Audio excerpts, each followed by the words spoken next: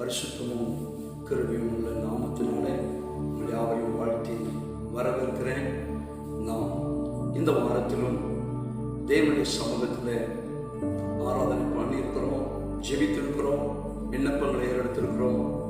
இப்பொழுது தேவன் நம்மோடு பேசுகிற வார்த்தையை நாம் இப்பொழுது கவனிக்கப் போகிறோம்.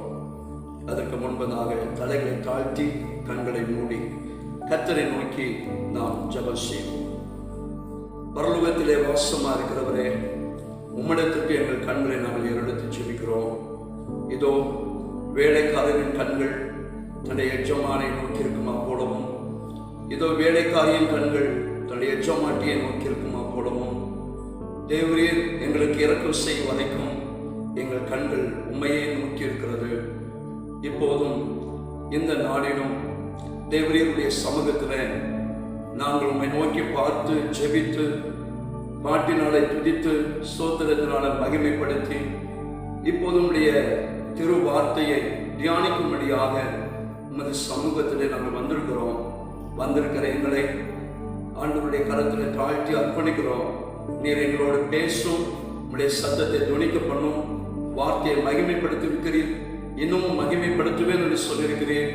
இந்த நாளிலும் உம்முடைய வார்த்தையை மகிமைப்படுத்தும் ஆண்டவரே.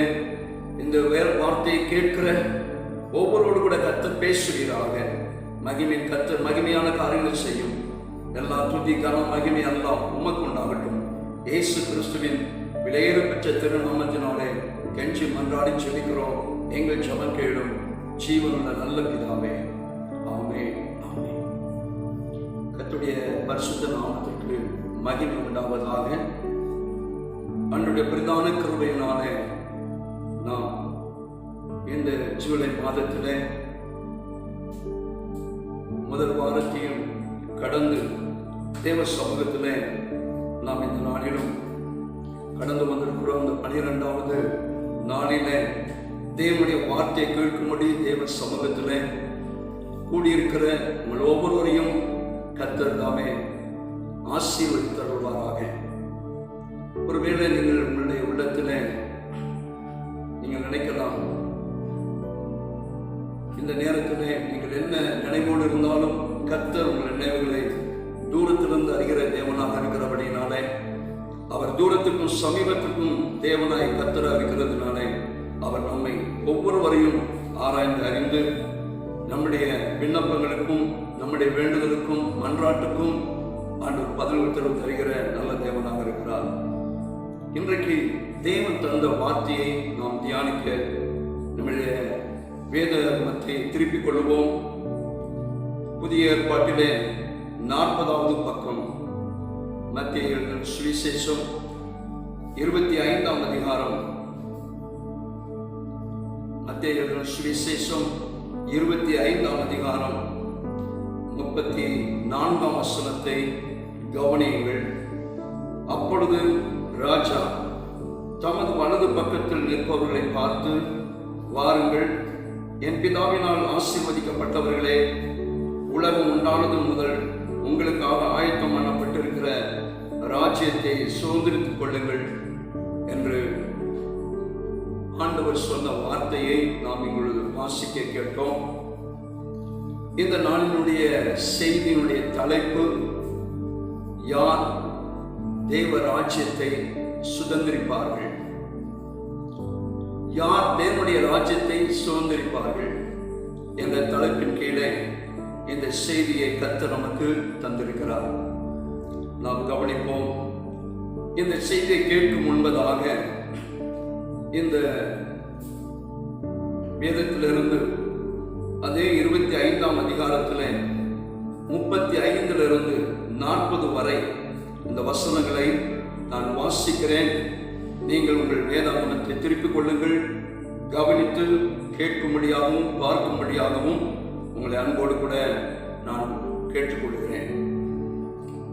35ஆம் வசனம், பசியாயிருந்தேன், எனக்கு போஜனம் கொடுத்தீர்கள், தாகமாயிருந்தேன், என் தாகத்தை தீர்த்தீர்கள், அந்நியனாயிருந்தேன், என்னை சேர்த்துக் கொண்டீர்கள், வஸ்திரம் இல்லாதிருந்தேன், எனக்கு வஸ்திரம் கொடுத்தீர்கள், வியாதியாயிருந்தேன், என்னை விசாரிக்க வந்தீர்கள், காவலில் இருந்தேன், என்னை பார்க்க வந்தீர்கள் என்பார்.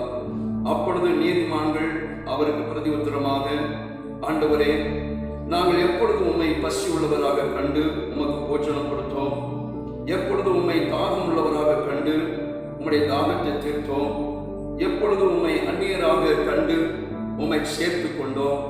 எப்பொழுது உம்மை வஸ்திரம் இல்லாதவராக கண்டு உமக்கு வஸ்திரம் கொடுத்தோம்? எப்பொழுது உம்மை வியாதி உள்ளவராகவும் காவலில் இருக்கிறவராகவும் கண்டு உம்மிடத்தில் வந்தோம் என்பார்கள்.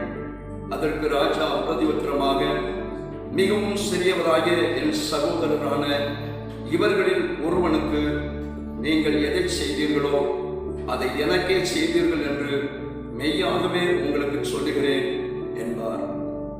இந்த வேத வாக்கியங்களை ஆண்டவர் இயேசு கிறிஸ்து சொன்னதை நாம் இப்பொழுது வாசிக்க கேட்டோம். ஆண்டவர் இந்த பகுதியிலே அவர் சொல்லுகிறார், அங்கே நிற்கிற வலது பக்கத்தில் நிற்கிறவர்களை பார்த்து, வாருங்கள் என் பிதாவினால் ஆசீர்வதிக்கப்பட்டவர்களே, உலகம் உண்டானது முதல் உங்களுக்காக ஆயத்தம் பண்ணப்பட்டிருக்கிற ராஜ்யத்தை சுதந்திரித்துக் கொள்ளுங்கள் என்று சொல்லுகிறார். சுதந்திரித்துக் கொள்வது என்பது அதை அனுபவிப்பது அல்லது அதில் பிரவேசிப்பது, அந்த ராஜ்யத்திற்குள் பிரவேசிக்கிற பாக்கியத்தை பெற்றுக் கொள்வது.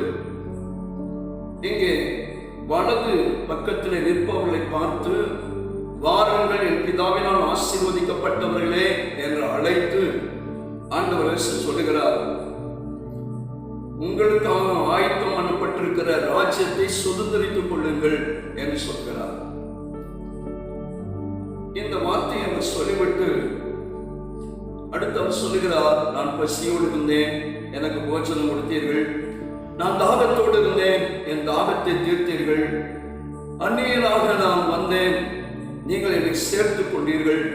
வஸ்திரம் இல்லாதிருந்தேன், வஸ்திரம் கொடுத்தீர்கள்.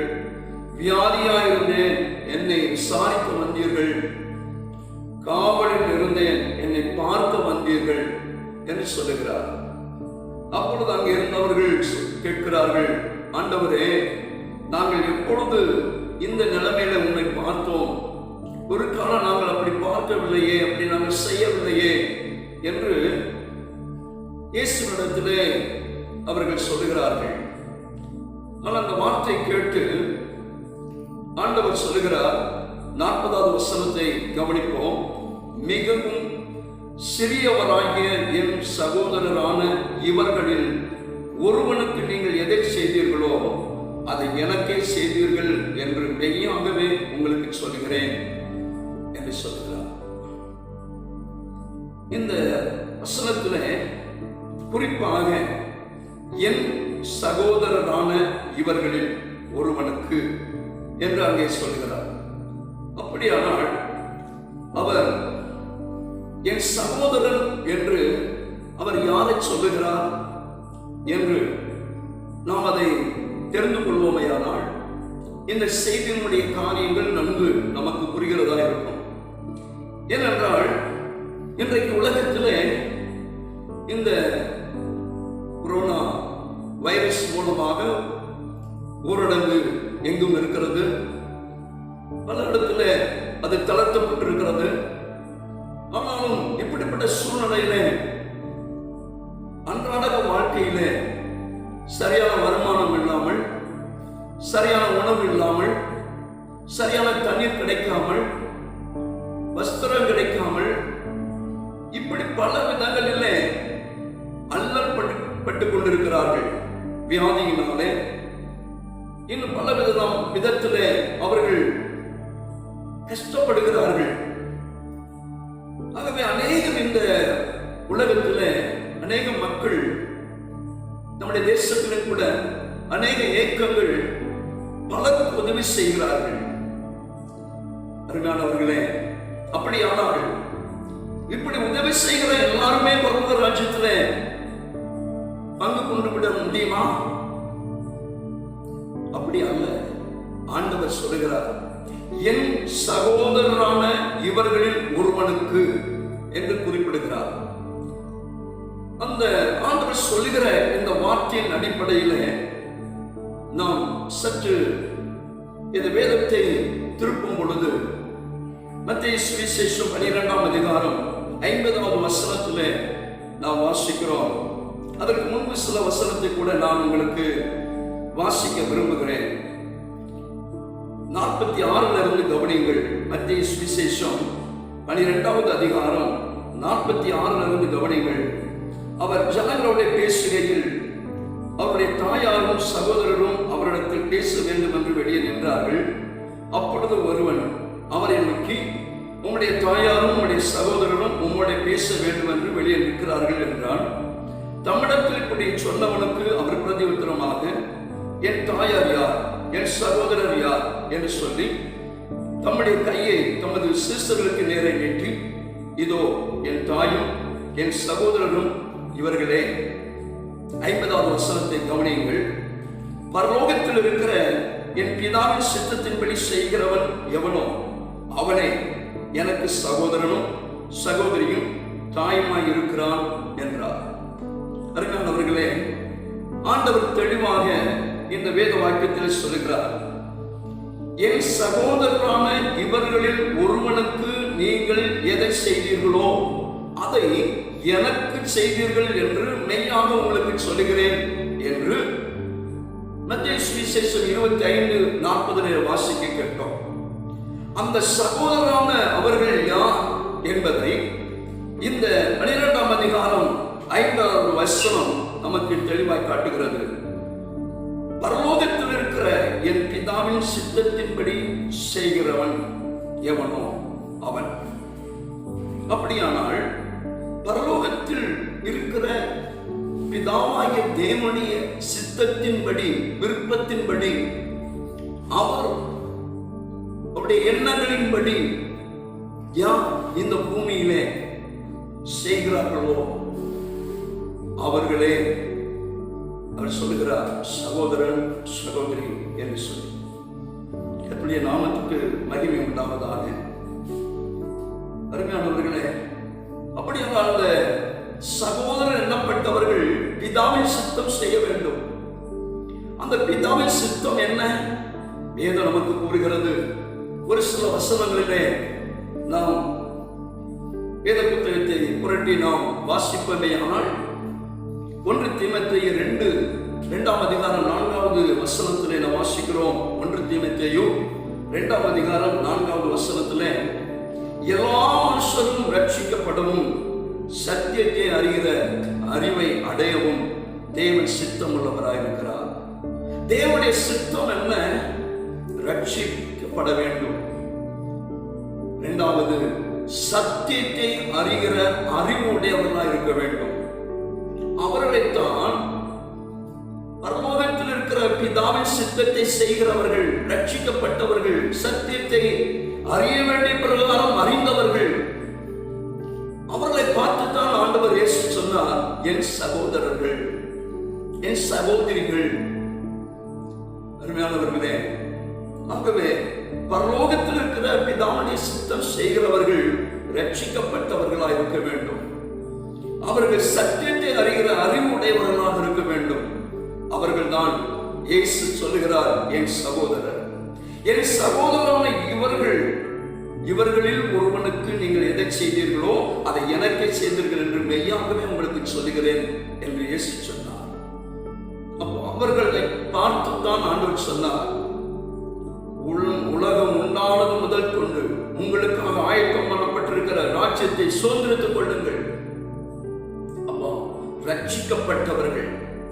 இன்றைக்கு எத்தனையோ மனிதர்கள் அவருடைய வசதிக்கு தக்கபடி உணவளிக்கிறார்கள், தண்ணீர் கொடுக்கிறார்கள், வஸ்திரம் கொடுக்கிறார்கள், பல விதத்திலே அவர்களுக்கு மருந்து மாத்திரை என்று சொல்லி உதவி செய்கிறார்கள். இந்த ஊரடங்கு நாட்களிலே அருமையானவர்களே, வேலை இல்லாத, வருமானம் இல்லாத, கஷ்டப்படுகிற ஏழை எளியவர்களுக்கு எத்தனையோ மக்கள் செய்கிறார்கள். ஆனால் பரலோக ராஜ்யத்திலே பிரவேசிக்கிறவர்கள் யார் என்று கேட்டால் ஆண்டவர் தெளிவாக இந்த வேத வாக்கியத்தின் மூலமாக நமக்கு சொல்லுகிறார், என் சகோதரன். என் சகோதரன் யார்? அவர் தெளிவுபடுத்துகிறார். பரலோகத்தின் பிதாவின் சித்தத்தை செய்கிறவர்கள். அந்த பிதாவின் சித்தம் என்ன? ரட்சிப்பு சத்தியத்தை அறிகிற அறிவுடையவர்களாக இருப்பார்கள். இரண்டாவதாக 1 தெசலோனிக்கேயர் 4ஆம் அதிகாரம் 3வது வசனத்தை நாம் பார்ப்போமேயானால், 1 தெசலோனிக்கேயர் 4வது அதிகாரம் 3வது வசனத்தை நாம் பார்ப்போமேயானால், அங்கே அந்த பவுல் அடிகளார் சொல்கிறார், பரிசுத்தம் உள்ளவர்களாக வேண்டும் என்று சொல்லுகிறார். அது தேவனுடைய சித்தம். நீங்கள் பரிசுத்தம் உள்ளவர்களாக வேண்டும் என்பதே தேவனுடைய சித்தமா இருக்கிறது. அப்ப பிதாவுடைய சித்தம் பரிசுத்தம். அப்ப இவர்கள் தான் என்னுடைய சகோதரர்கள் என்று இயேசு அழகாக அங்கே சுட்டி காண்பிக்கிறார். என் நாட்களிலே தேவனுடைய ராஜ்யத்தை சுதந்திரித்துக் கொள்ள வேண்டுமானால் முதலாவது ரட்சிப்பு வேண்டும். இரண்டாவது சத்தியத்தை அறியக்கூடிய அறிவு, அறிய வேண்டிய பிரகாரம் அறிய வேண்டும். ஆலயத்துக்கு போகிறேன், ஜெபம் செய்கிறேன், காணிக்கை கொடுக்கிறேன், ஆண்டவருடைய காரியங்களில் ஈடுபடுகிறேன் என்று சொன்னால் போதாது, அது தேவைதான். அதே நேரத்தில் ஆண்டவரை குறித்து என்ன வார்த்தைகள் நாம் கேட்கிறோமோ, எந்த வசனத்தை தியானிக்கிறோமோ, அதற்கு நம்மை விட்டு கொடுத்து கீழ்ப்படிந்து அவரை இன்னும் அறிவதற்கு வாஞ்சி உள்ளவர்களாக செயல்படுகிற ஜீவியம் நமக்குள்ளே இருக்க வேண்டும். அதை கர்த்தர் எதிர்பார்க்கிறார். கர்த்தருக்கு மகிமை உண்டாகட்டும். இங்கே 3வதாக இந்த தெசலோனிக்கேயர் 4ஆம் அதிகாரம் 3ஆம் வசனத்தில் வாசிக்கிறோம், பரிசுத்தம் அவருடைய சித்தம். பரிசுத்தம் உள்ளவர்களாக வேண்டும் என்பது தேவனுடைய சித்தம்.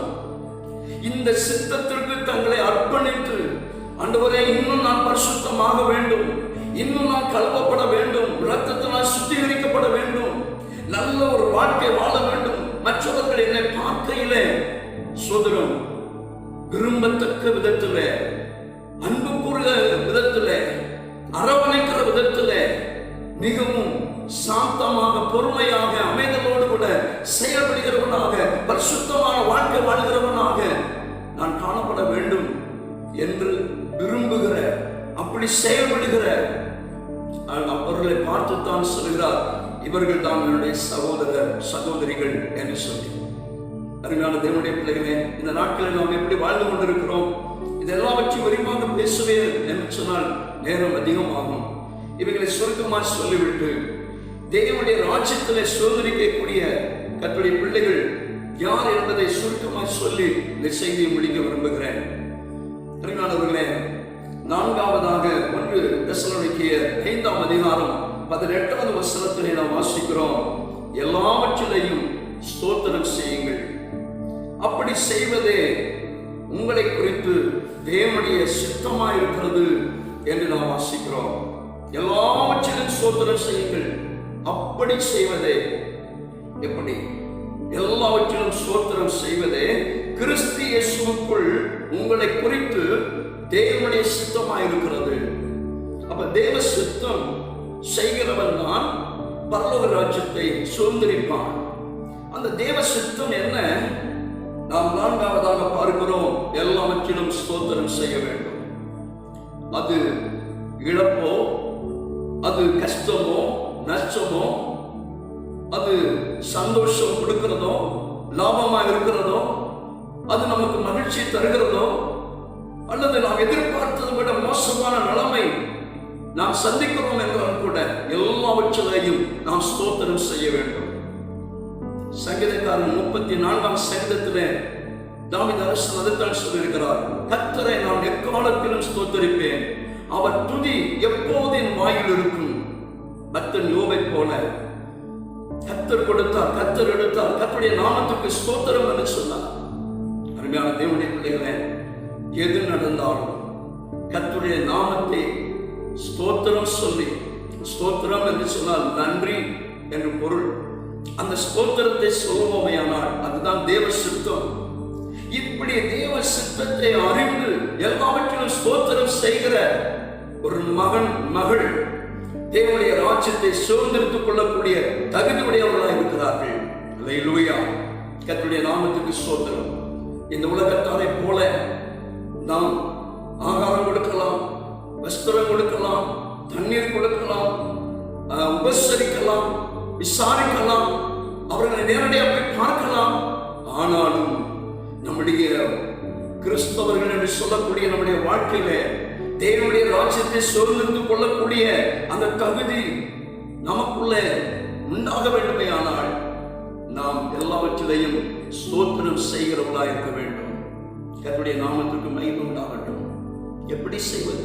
கடினமான ஒரு காரியம்தான், கடினமான காரியம்தான். அருமையான தேவனுடைய பிள்ளைகளே, எத்தனையோ சேதங்கள் வந்திருக்கிறது, மோசங்கள் வந்திருக்கிறது, காயங்கள் வந்திருக்கிறது. எல்லாவற்றிலும் ஸ்தோத்திரம் செய்து கர்த்தரை மகிமைப்படுத்த தேவ சமூகத்திலே கர்த்தர் கிருபை தந்திருக்கிறார். அல்லேலூயா. கர்த்தருடைய நாமத்துக்கு மகிமை உண்டாவதாக. ஸ்தோத்திரம். எத்தனையோ சாட்சிகளை சொல்ல முடியும். அருமையான தேவனுடைய பிள்ளைகளே, இதை கேட்கிறவர்களே, நம்முடைய வாழ்க்கையில சிறிதானதோ பெரிதானதோ எல்லாவற்றுக்காக ஸ்தோத்திரம் செய்யுங்கள்.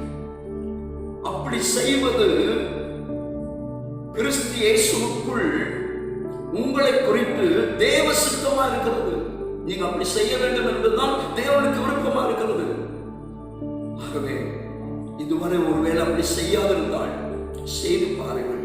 உங்கள் வாழ்க்கையில அற்புதங்கள் நடக்கும். உங்கள் வாழ்க்கையில் இருக்கிற பிரச்சனைக்கு ஒரு முடிவு உண்டாகும். கர்த்தருடைய நாமத்துக்கு ஸ்தோத்திரம். யோபு சொன்னாரே, கர்த்தர் எடுத்தார், கர்த்தர் கொடுத்தார், கர்த்தர் எடுத்தார், கர்த்தருடைய நாமத்துக்கு ஸ்தோத்திரம் என்று சொன்னாரே. அவர் குறைந்து விட்டாரா? இழந்தார் தான், இழந்த நிலைமையில தான் அவர் சொன்னார்.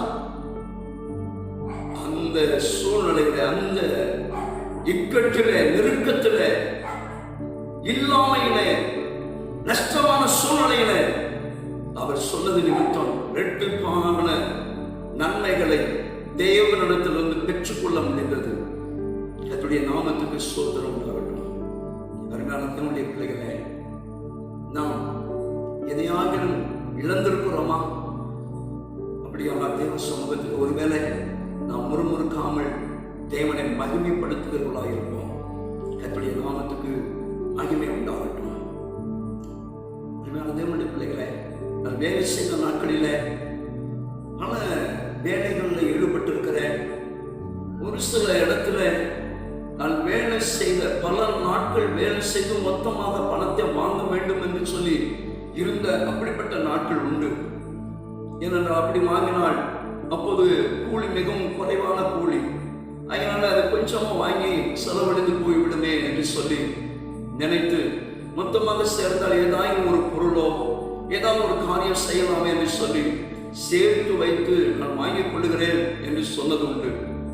அப்படிப்பட்டவர் அவர்கள் என்னை ஏமாற்றி, உனக்கு பணம் கொடுக்க வேண்டியது இல்லை, அது அன்றைக்கு முடிந்து விட்டது, என்னிடத்தில் கேட்கக்கூடாது என்று சொல்லி அப்படி மறுத்து விட்டார்கள். அப்படிப்பட்ட சூழ்நிலை வந்திருக்கிறது. ஆனாலும் தேவனுக்கு நன்றி செலுத்திவிட்டு நான் கடந்து வந்த நாட்கள் உண்டு. ஆனால் கர்த்தர் குறை வைக்கவில்லை. அதை எல்லாவற்றையும் கர்த்தர் அவர் ஆசீர்வதித்து தந்தார். அந்த காரியங்களை ஜெயமாக்கி தந்தார். வேண்டிய சகாயங்களை கர்த்தர் பரத்திலிருந்து அனுப்பி தந்தார். ஒருபோதும் தேவனுடைய ஜனம் வெட்கப்பட்டு போகாது. அல்லேலூயா. கர்த்தருடைய நாமத்துக்கு மகிமை உண்டாகட்டும். அருமையான தேவனுடைய பிள்ளைகளே, எல்லாவற்றிலும் ஸ்தோத்திரம் செய்யுங்கள். வேலை இல்லையா, வருமானம் இல்லையா, ஸ்தோத்திரம் ஆண்டவரே, இது உங்களுடைய சுத்தம், அதற்காக உமக்கு ஸ்தோத்திரம் என்று சொல்லுங்க. கர்த்தர் மாற்றுவார், பிரச்சனைக்கு தீர்வு உண்டாக்குவார், கர்த்தர் பரிகாரம் செய்வார். ஆகவே இன்று முதல் இந்த காரியத்தை கற்றுக்கொள்ளுங்கள். கர்த்தர் நம்மை ஆசீர்வதிப்பாராக.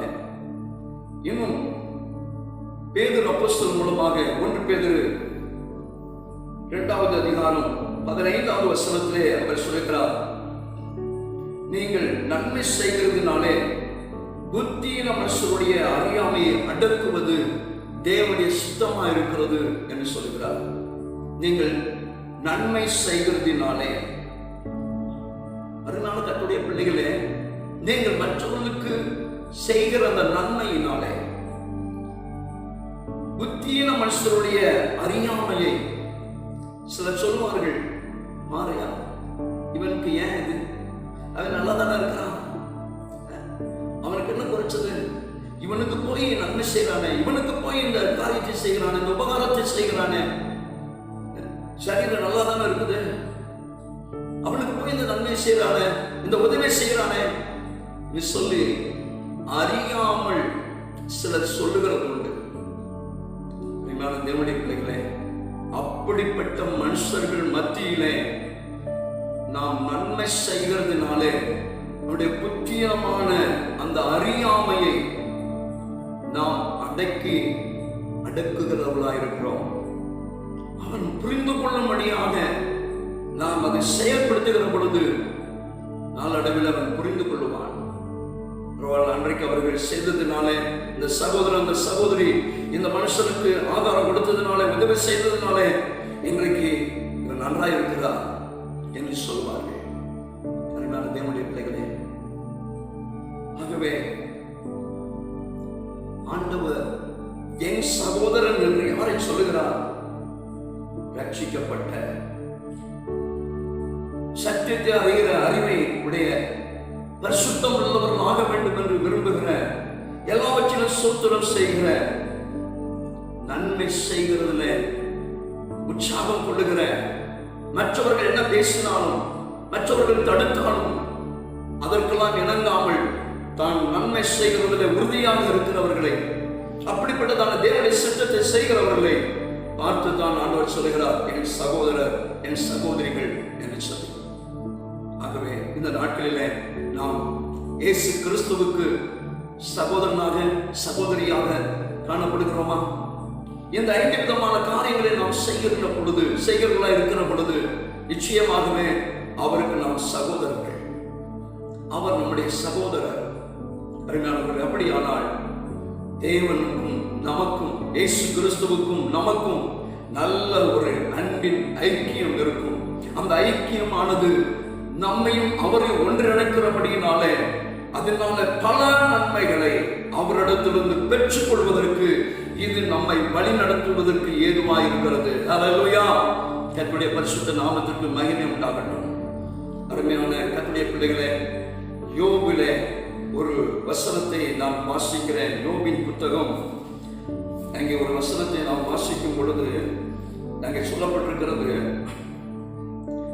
22ஆம் அதிகாரம், யோபு 22ஆம் அதிகாரம் 21ஆம் வசனம் என்ன சொல்லுகிறது? அப்படியானால் கேளுங்கள், நீர் அவரோட பழகி சமாதானமாயிரும், அதனால் உமக்கு நன்மை வரும்.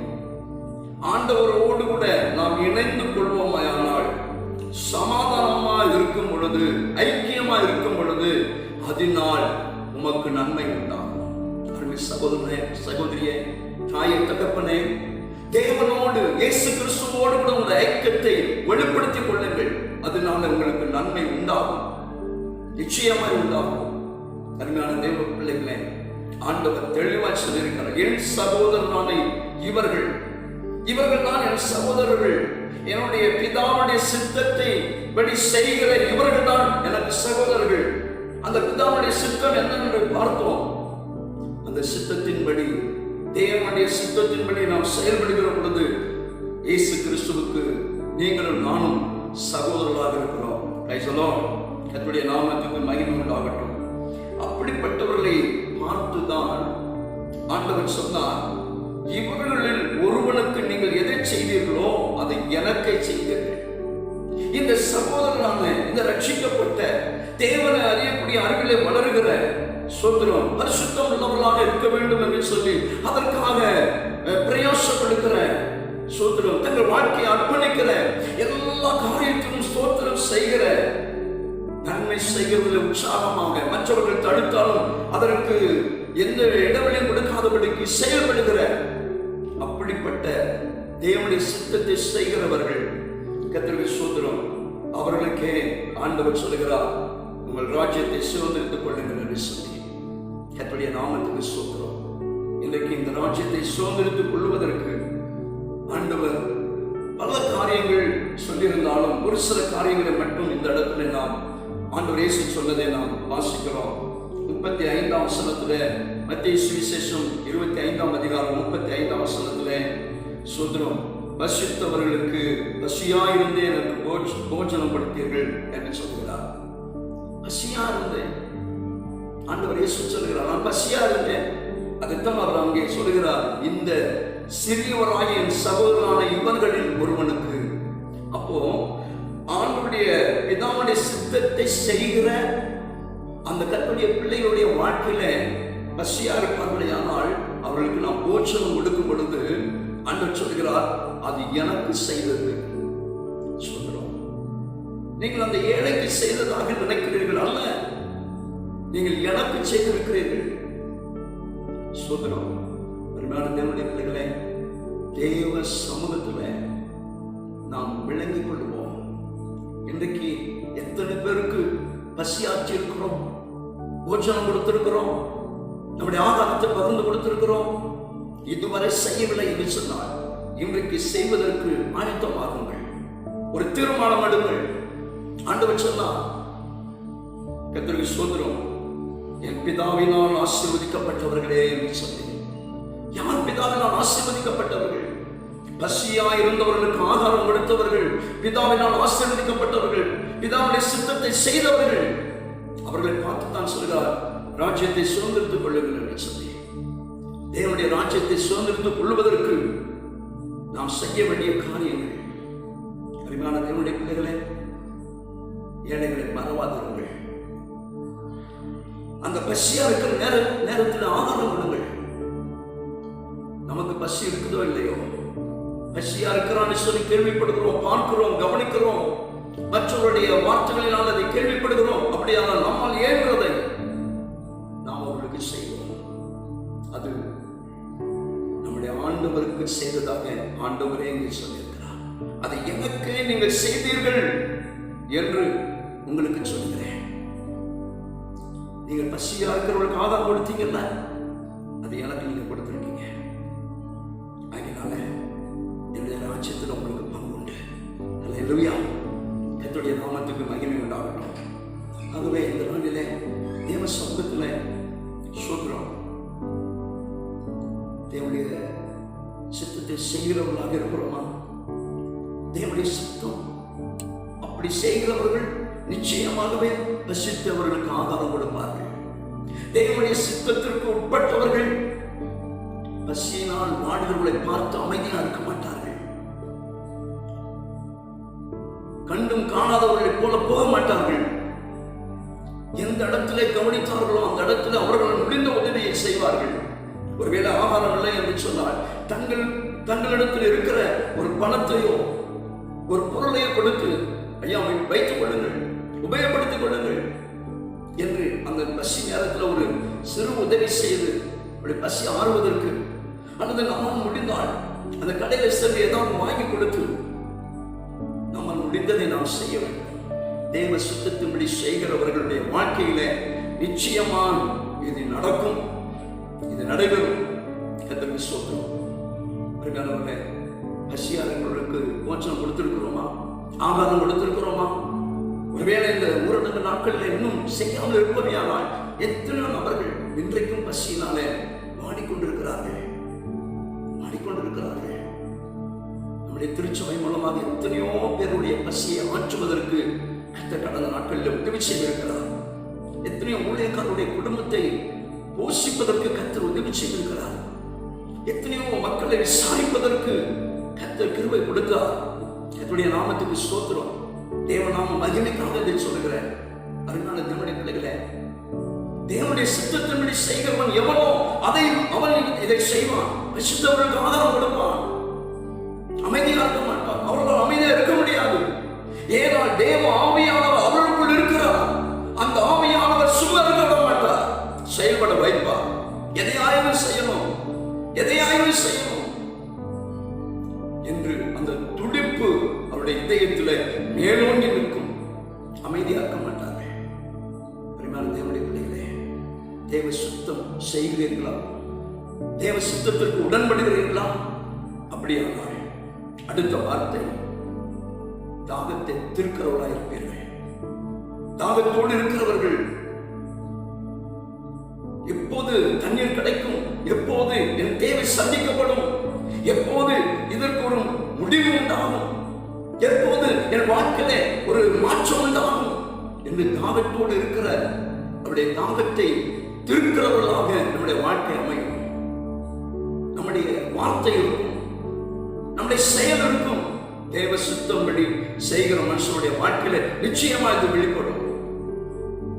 நாம் யோசிக்கலாம், எத்தனை பேருடைய தாகத்தை திருத்திருக்கிறோம், எத்தனுடைய வாழ்க்கையில அந்த ஏக்கத்தை மாறுவதற்கு ஆலோசனை சொல்லியிருக்கிறோம், வழிகாட்டி இருக்கிறோம், நம்மால ஏற உதவி செய்திருக்கிறோம்.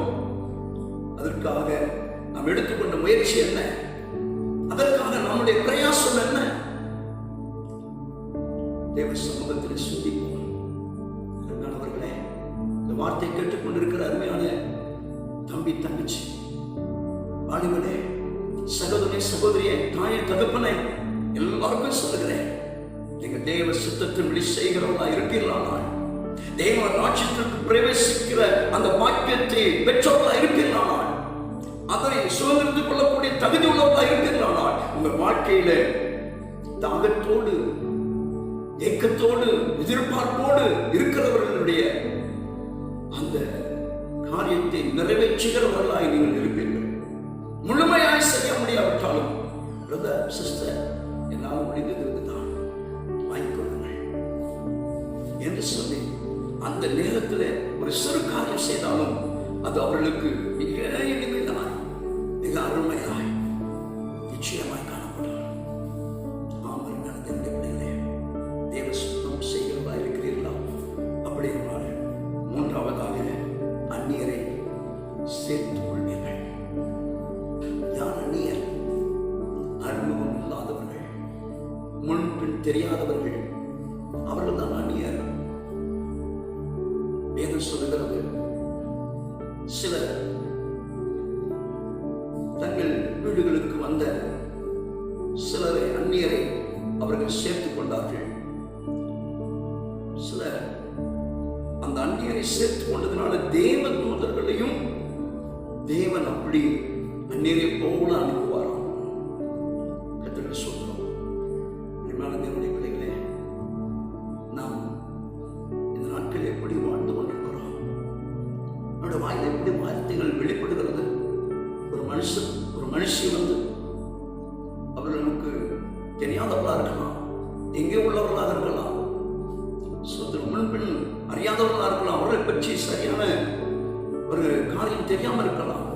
வந்து உங்களிடத்தில் உதவி கேட்கும் பொழுது, உங்களை பார்த்து ஏதோ ஒரு விதத்தில் உங்களை நாடி வரும் பொழுது, உங்களுடைய வார்த்தை எப்படி இருக்கிறது? அதை ஏற்றுக்கொள்ள முடிகிறதா? அதை அங்கீகரிக்க முடிகிறதா? அதை நீங்கள் அன்போடு கூட ஏற்றுக்கொண்டு அவர்களுக்கு நல்ல அன்பான வார்த்தைகளை சொல்கிறீர்களா? கர்த்தரை கவனிக்கிறார். தேவ சித்தம் செய்கிற கர்த்தருடைய பிள்ளைகளுடைய வாழ்க்கையில அந்நியரை உபசரிக்கிற காரியம் நிச்சயம் இருக்கும், நிச்சயம் இருக்கும். அதை மாற்றவில்லை.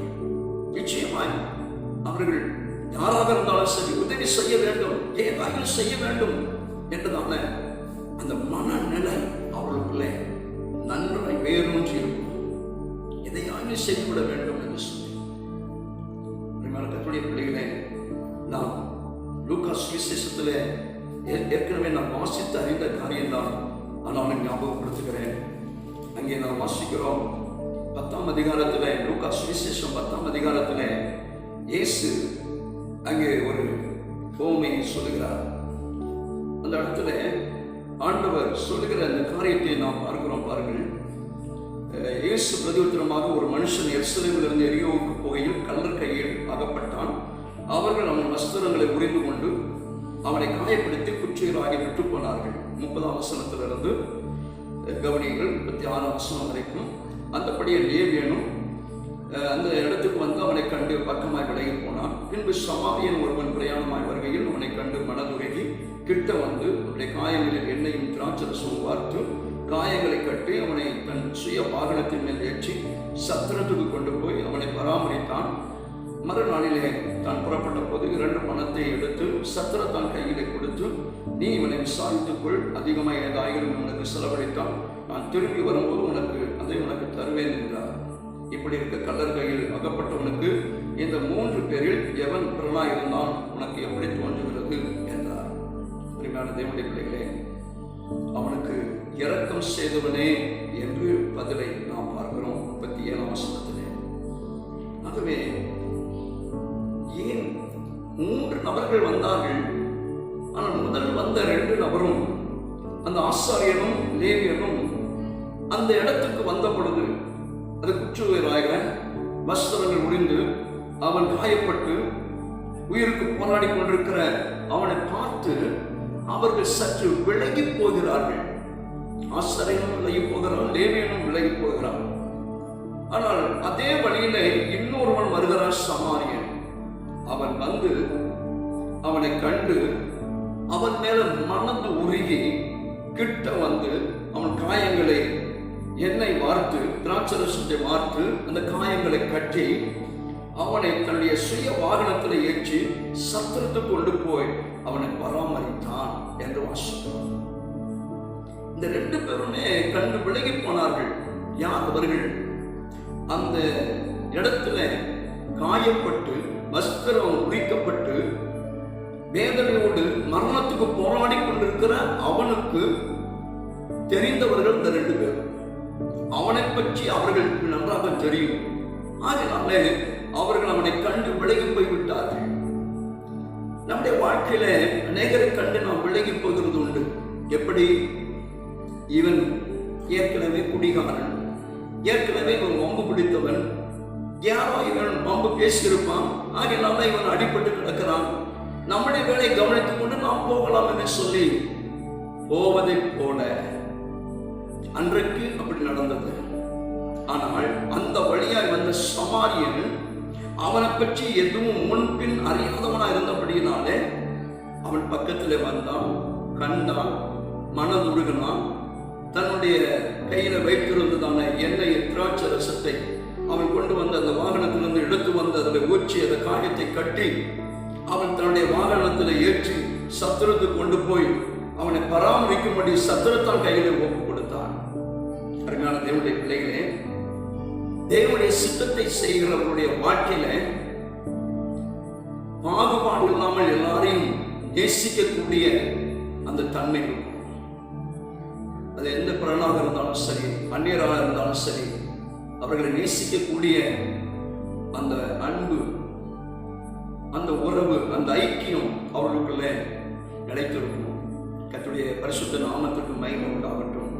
இயேசு கிறிஸ்துவுடைய கட்டளையில் ஒன்று, உன்னிடத்தில் நீ அன்பு கூறுவதை போல பிறனிடத்திலும் அன்பு கூறுவாயாக என்று சொன்ன அந்த வார்த்தையின்படி பிதாவுடைய சித்தத்தை செய்கிற ஒவ்வொரு ஜனங்களும் தன்னிடத்தில் அன்பு கூறுகிறதை போல பிறனிடத்தில் அன்பு கூற அவருடைய மனது நிச்சயமாக அது செயல்பட ஆரம்பிக்கும்.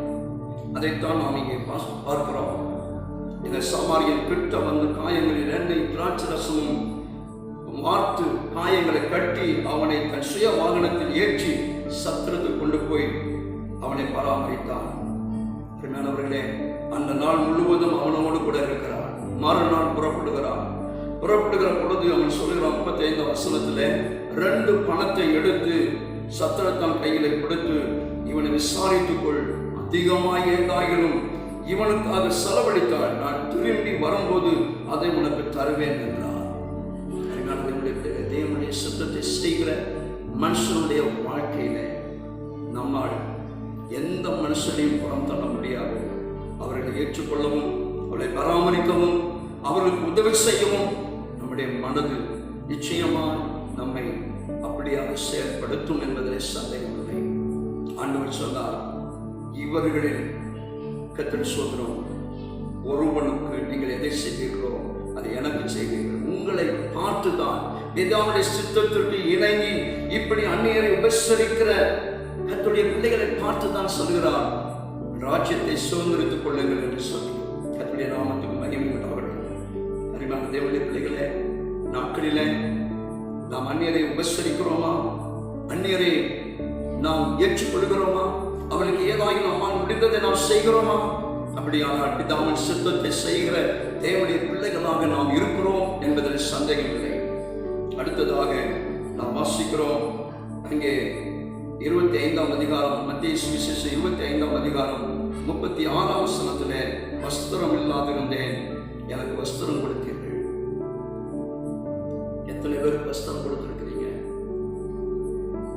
ஒருவேளை நீங்கள் சொல்லலாம், ஐயா நான் ஏழ்மையில இருக்கிறேன், சிறு எனக்கே சரியான உடை இல்லாமல் இருக்கிறது, நான் எப்படி மற்றவர்களுக்கு வஸ்திரத்தை கொடுக்க முடியும் என்று சொல்லலாம்.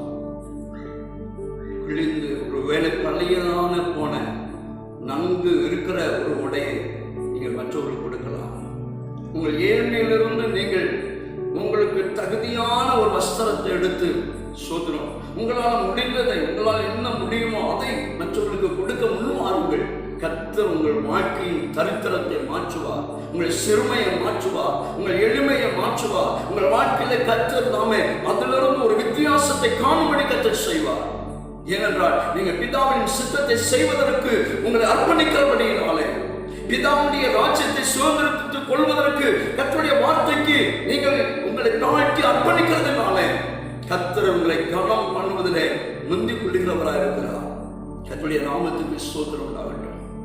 அருமையான தேவனுடைய பிள்ளைகளே, வஸ்திரம் இல்லாதவர்களை கண்டு அமைதியாக வந்திருக்கிறோமா? எனக்கே எத்தனையோ நாட்களுக்கு அப்புறம் இப்பதான் ஒரு வஸ்திரத்தை எடுத்து கொடுத்திருக்கிறார். எத்தனையோ மாதங்களுக்கு பின்பாடு இப்பொழுதுதான் ஒரு புடவை கிடைத்திருக்கிறது. எத்தனையோ மாதங்களுக்கு பிற்பாடு இப்பொழுதுதான் ஒரு ட்ரெஸ் நான் எடுத்திருக்கிறேன், அதுவும் எனக்கு பிடித்தமான ஒன்று என்று சொல்லி நீங்கள் ஆண்டவர்களோடு இதயத்தில் பேசியும் குடு என்று சொல்லியும் குடாமல் இருக்கிறீர்களோ? அருமையான தேவனுடைய பிள்ளைகளே, யோசித்து பாருங்கள். ஆண்டவர் ஒரு மனுஷனுக்கு இதயத்திலே உணர்வு கொடுப்பாரையானால் சாதாரணமாக விஷயம் எடுத்துக்கொள்ளாதீர்கள், சாதாரணமாக எடுத்துக்கொள்ளாதீர்கள். அது தேவன் உங்களோடு இடைபடுகிறார் என்பதை புரிந்து கொண்டு, தேவன் உங்களை நேசிக்கிறார், தம்முடைய ஆசீர்வாதத்திற்கு உங்களை தகுதியுள்ளவராக மாற்றுகிறார் என்பதை புரிந்து கொண்டு நீங்கள் உடனே செயல்பட ஆரம்பிங்கள். உங்கள் வாழ்க்கையில் ஒரு அற்புதம் நடக்கும். கர்த்தருடைய நாமத்துக்கு ஸ்தோத்திரம் உண்டாகட்டும். அருமையான தேவனுடைய பிள்ளைகளே, கர்த்தர் நல்லவர். கர்த்தருடைய நாமத்துக்கு ஸ்தோத்திரம் உண்டாகட்டும். இப்படி ஊழிய பாதையிலே பல காரியங்களை செய்து அனுபவத்திலிருந்து தான் நான் உங்களுக்கு இந்த வார்த்தையை சொல்லிக் கொண்டிருக்கிறேன். கர்த்தர் நல்லவர். புது உடையை கூட, நாம் உபயோகப்படுத்தாத உடையை கூட கர்த்தர் ஏவினதினாலே மற்றவர்களுக்கு கொடுத்து, அது நிமித்தம் கர்த்தர் எனக்கு 2 மடங்காக கொடுத்து ஆசீர்வதித்ததை என்னுடைய கண்கள் கண்டிருக்கிறது. தேவனுக்கு நான் மகிமை செலுத்தியிருக்கிறேன். கர்த்தருடைய நாமத்துக்கு ஸ்தோத்திரம் உண்டாகட்டும். தேவனுடைய பிள்ளைகளே, கர்த்தர் உங்களை ஏவுவாரையானால், இந்த வார்த்தை கேட்டது நிமித்தம் அல்ல, ஒன்று நன்றாய் புரிந்து கொள்ளுங்கள். கர்த்தர் உங்கள் இதயத்திலே ஏவுதலை கொடுப்பாரையானால், உணர்த்துதலை கொடுப்பாரையானால், அதை நீங்கள் தாராளமாய் செய்யுங்கள், தாராளமாய் செய்யுங்கள். அப்பொழுது பரலோகத்திலே இருந்து பார்க்கிற தேவனாய கர்த்தர் உங்களை ஆசீர்வதிக்க மாறாதவராக இருக்கிறார். கர்த்தருடைய நாமத்துக்கு ஸ்தோத்திரம் உண்டாகட்டும். அருமையான தேவனுடைய பிள்ளைகளே, நீங்கள் உங்கள் மனதில் ஏவப்பட்டும் கடினப்படுத்துவீர்களானால் உங்களுக்கு இருக்கிறதையும் நீங்கள் இழக்க நேரிடும் என்பதையும் நான் சொல்ல மறக்காமல் அதை மனதில் வைத்துக் கொள்ள உங்களை அன்போடு கூட கேட்டுக்கொள்கிறேன். கர்த்தருக்கு ஸ்தோத்திரம். அடுத்ததாக மத்தேயு சுவிசேஷம் 25ஆம் அதிகாரம் 36ஆம் வசனத்தை அடுத்த வார்த்தையை வாசிக்கிறோம். வியாதியாக இருந்தேன், என்னை விசாரிக்க வந்தீர்கள். ஒரு சில நிமிஷத்தை பிடிக்க இருக்கிறேன். ஆண்டவர் சொல்லுகிறார், வியாதியாக இருந்தேன், விசாரிக்க வந்தீர்கள். எத்தனை பேர் நம்மில் வியாதியாக இருந்தவர்களை விசாரித்து இருக்கிறீர்கள்? விசாரணை வேற, பார்ப்பது வேற. பார்த்து விட்டு வருவது வேற, அவரை விசாரித்து பார்த்து வருவது வேற. அருமையானவர்களே, எத்தனை பேர் விசாரித்தீர்கள்? விசாரிக்கிறவர்கள், தேவனுடைய சித்தத்தை செய்கிறவர்கள் நிச்சயமாகவே வியாதியிலோ, துன்பத்திலோ, உபத்திரவத்திலோ, வேதனையிலையோ, துக்கத்திலோ, துயரத்திலோ இருக்கிறவர்களை விசாரிக்கிறவர்களாக இருப்பார்கள். கர்த்தருடைய நாமத்துக்கு மகிமை உண்டாகட்டும். கர்த்தருக்கு ஸ்தோத்திரம். உடனடியாக போய் விசாரிக்க முடியவில்லை என்றாலும் அதன் பின்பு நமக்கு சமயம் கிடைக்கிற நேரத்தில் அவர்களை சென்று விசாரிக்கிறது நல்லது. விசாரிக்கிறது என்பது ஒருவேளை மற்றவர்கள் மூலமாக நீங்கள் விசாரித்திருக்கலாம், அது விசாரிப்பு தான். என்று சொல்கிறோம். அருமையானவர்களே, நாம் என்ன செய்கிறோம்? மற்றவர்கள் மூலம் விசாரித்து விட்டு அமைதியா இருக்கிறோமா? ஆண்டவர் சொல்கிறார், விசாரிக்க வந்தீர்கள் என்று சொல்கிறார். அப்ப நேரடியாகவே வந்து விசாரித்திருக்கிறார்கள். அது அவர்களுக்கு ஆறுதலை கொடுக்கிறது. இவர்களெல்லாம் வருவார்கள் என்று எதிர்பார்க்கவில்லை. என்னை விசாரிக்க வந்திருக்கிறார்கள், இவர்கள் நல்லவா விசாரிக்க வந்திருக்கிறார்கள், இவர்கள் என்னை விசாரிக்க வந்திருக்கிறார்களா, அவர்கள் என்னை விசாரிக்க வந்திருக்கிறார்கள். ஆச்சரியமாக கேட்கக்கூடிய விதத்திலே அந்த வார்த்தை அமையும் பொழுது அவர்களுக்கு நல்ல ஒரு சாந்தி, அமைதி, ஆறுதல், சமாதானம் அவர்கள் உள்ளத்தில் உண்டாகும். அந்த விசாரிப்பு அவருடைய வியாதியை மாற்றி போடும். சும்மா விசாரிப்பு என்பது சாதாரணமான காரியம் அல்ல. நீங்கள் அந்த வியாதிப்பட்டவர்களை, துன்பத்தில் இருக்கிறவர்களை, துயரத்தில் இருக்கிறவர்களை, துக்கத்தில் இருக்கிறவர்களை, வேதனையில் இருக்கிறவர்களை, உபத்திரவத்தில் இருக்கிறவர்களை நீங்க போய் விசாரிக்கும் பொழுது, என்னை விசாரிக்க எத்தனை நபர் இருக்கிறார்களா, என்னை விசாரிப்பதற்கு இவர்கள் வந்தார்களா என்ற அந்த காரியம் அவர்களை ஆறுதல் படுத்தும். அவர்கள் தங்களை மறந்து, ஆண்டவரே எத்தனை நல்லவர் என்று கர்த்தரை புகழ்வதற்கும் வாய்ப்பு இருக்கிறது. அது நிமித்தம் கர்த்தருடைய சமூகத்திலே நீங்கள் நினைவு கூறப்படுகிறீர்கள். மறந்து விடாதீர்கள். நீங்கள் விசாரிக்கிறது நிமித்தம் அவர்கள் உள்ளம் மகிழ்ச்சி அடைகிறது, சமாதானம் அடைகிறது, ஆறுதல் அடைகிறது. அதே நேரத்தில் அவர்கள் மனதிலே சொல்லுகிற அந்த வார்த்தையை கர்த்தர் கவனித்து விசாரித்து வந்த உங்களை அவர் கவனிக்கிறார். உங்களை ஆசீர்வதிக்க உண்மை உள்ளவராக இருக்கிறார். ஆகவே தேவ சித்தம் செய்கிறதில விசாரிக்கிறவர்களும் அடங்குகிறார்கள். விசாரிக்கிறீர்களா? அப்படியானால் தேவன் உங்களுக்கு ஆயத்தம் பண்ணப்பட்டிருக்கிற, எப்படி ஆயத்தம் பண்ணப்பட்டிருக்கிறாரோ, உலக தோற்றம் முதற்கொண்டு, அந்த வசனத்தில் வாசிக்கும், உலகம் உண்டானது முதல் உங்களுக்காக ஆயத்தம் மாற்றப்பட்டிருக்கிற. சும்மா இந்த பூமியில 52 நாளில் சில கட்டிடம் கட்டப்படுகிறது. ஒரு வருஷத்துல கட்டுகிறார்கள், சில ஆண்டுகள் கழித்து முடிக்கிறார்கள், பல ஆண்டுகளாக பல வேலைப்பாடுகள் வைத்து கட்டிக்கொண்டே இருக்கிறார்கள். அப்படிப்பட்ட கட்டடம் நிறைந்த ராஜ்யத்தை சுதந்திரிக்க அல்ல. தேவ பிள்ளைகளே, நன்றாய் புரிந்து கொள்ளுங்கள். இந்த உலகம் உண்டானது முதற்கொண்டு நாம் எப்பொழுது வாழ்கிறோம்? 2020. நமக்கு அறிய 2020. ஆனா அதுக்கு முன்னாடி எப்போ உலகம் உண்டானது? உலகம் உண்டானது முதற்கொண்டு உங்களுக்காக ஆயத்தமாக்கப்பட்டிருக்கிற. அல்லேலூயா! எத்தனை பெரிய மகிழ்ச்சி! அல்லேலூயா! சந்தோஷமாய் கர்த்தரை கரம் உயர்த்தி கர்த்தரை துதியுங்கள். அல்லேலூயா! Price Jesus. கரம் உயர்த்தி கர்த்தரை ஸ்தோத்திரியுங்கள். அல்லேலூயா! எத்தனை நல்லவர்! அருமையான தேவனுடைய பிள்ளைகளே, தேவனுடைய சித்தம் செய்கிற, விசாரிக்கிற, பசித்தவருக்கு ஆகாரம் கொடுக்கிற, தாகத்தை தீர்க்கிற, அந்நியரை சேர்த்துக் கொள்கிற, வஸ்திரம் கொடுக்கிற, விசாரிக்கிற, தேவனுடைய சித்தத்தை செய்கிற உங்களுக்காக உலகம் உண்டானது முதற்கொண்டு ஆயத்தம் பண்ணப்பட்டிருக்கிற அந்த ராஜ்யத்தை சுதந்திரிக்கும்படியான கிருபையை தேவன் உங்களுக்கு தர வல்லவராக இருக்கிறார். அல்லேலூயா! எத்தனை பெரிய பாக்கியங்க! சாதாரணமான காரியமா? அப்படியான எத்தனை அதுல அழகு இருக்கும், எத்தனை மேன்மை இருக்கும், எத்தனை சிறப்பு இருக்கும், எத்தனை அதுல அலங்காரம் இருக்கும், எத்தனை ரத்தனங்கள் இருக்கும். வாசித்து பாருங்க. வெளிப்படுத்தின விசேஷத்தை வாசித்தால் அவருடைய நகரம் சுத்த பொன்னாக இருந்தது. 12 கற்களால் கட்டப்பட்டிருந்தது. ஒவ்வொரு கற்களும் ஒவ்வொரு விதத்தில் ஜொலித்துக் கொண்டிருக்கும். அதற்கு விளக்கு தேவையில்லை. அல்லேலூயா! அருமையான தேவனுடைய பிள்ளைகளே, அப்படிப்பட்ட ராஜ்யத்தை சுதந்திரித்துக் கொள்வதற்காகத்தான் கர்த்தர் இந்த நாளிலே உங்களிடத்தில் சொல்லுகிறார், நீங்கள் இதை செய்யுங்கள், பிதாவுடைய சித்தத்தை செய்யுங்கள். பிதாவுடைய சித்தம் என்ன? ஒரு சில காரியங்களை நாம் கேட்டோம். 5 காரியங்களை பார்த்திருக்கிறோம். ஒரே காரியத்தை சொல்லி நான் முடிக்கிறேன். அது மத்தேயு சுவிசேஷம் 25ஆம் அதிகாரம் 36வது வசனத்திலே, பார்த்தவர்கள் கர்த்தருக்கு ஸ்தோத்திரம், நான் காவலில் இருந்தேன், என்னை பார்க்க வந்தீர்கள். ஏதோ ஒரு பிரச்சனை அகப்பட்டிருந்தேன், என்னை பார்க்க வந்தீர்கள்.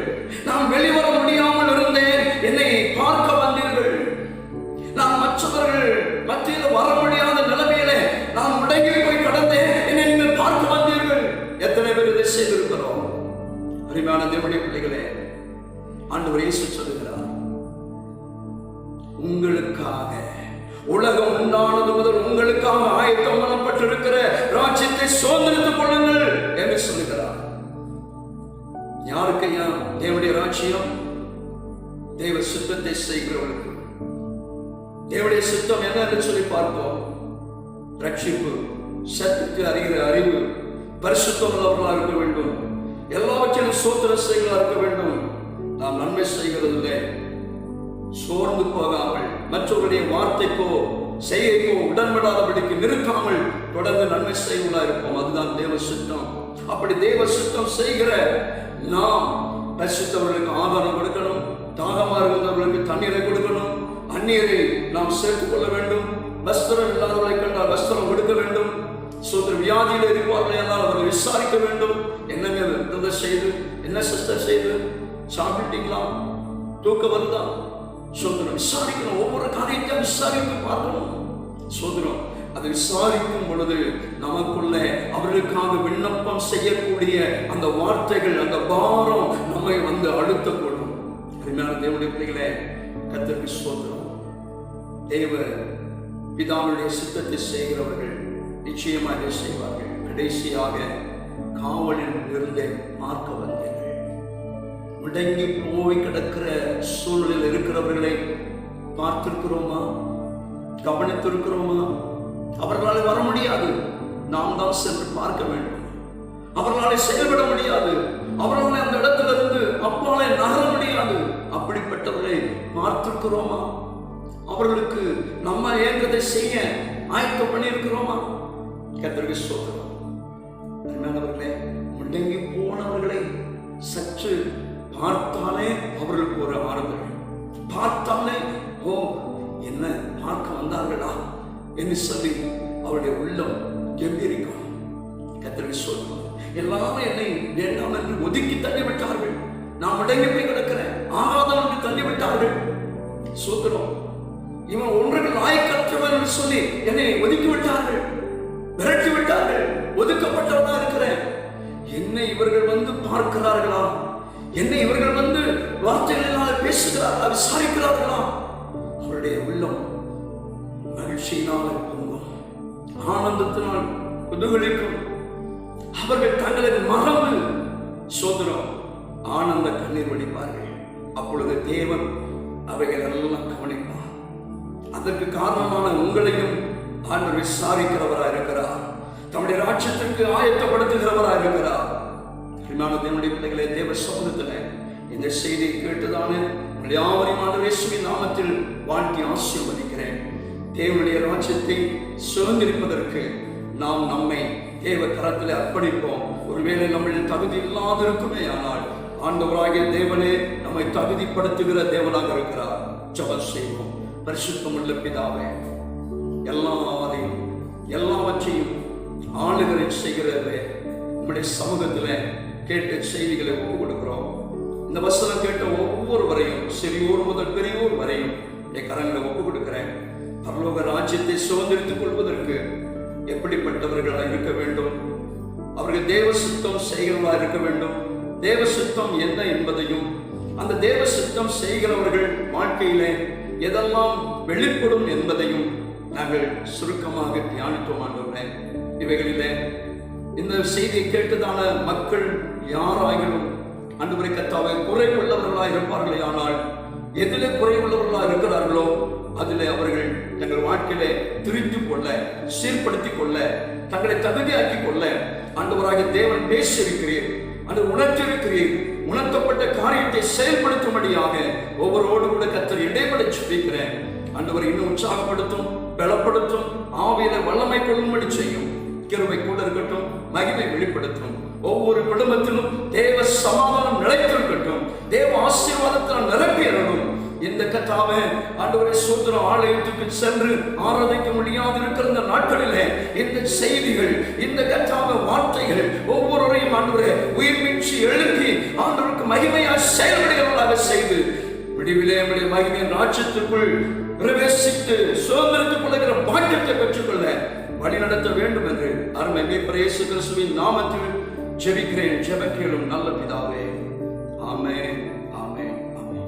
நம்முடைய கர்த்தராகிய இருக்கிற இயேசு கிறிஸ்துவின் கிருபையும் பிதாவாகிய தேவனுடைய அன்பும் பரிசுத்த ஆவியானவருடைய ஐக்கியமும் இப்பொழுதும் எப்பொழுதும் கிறிஸ்துவின் வருகை மட்டிலும் நாம் அனைவரோடு கூட மாறாமல் நிலைத்திருந்து காப்பதாக. ஆமென், ஆமென்.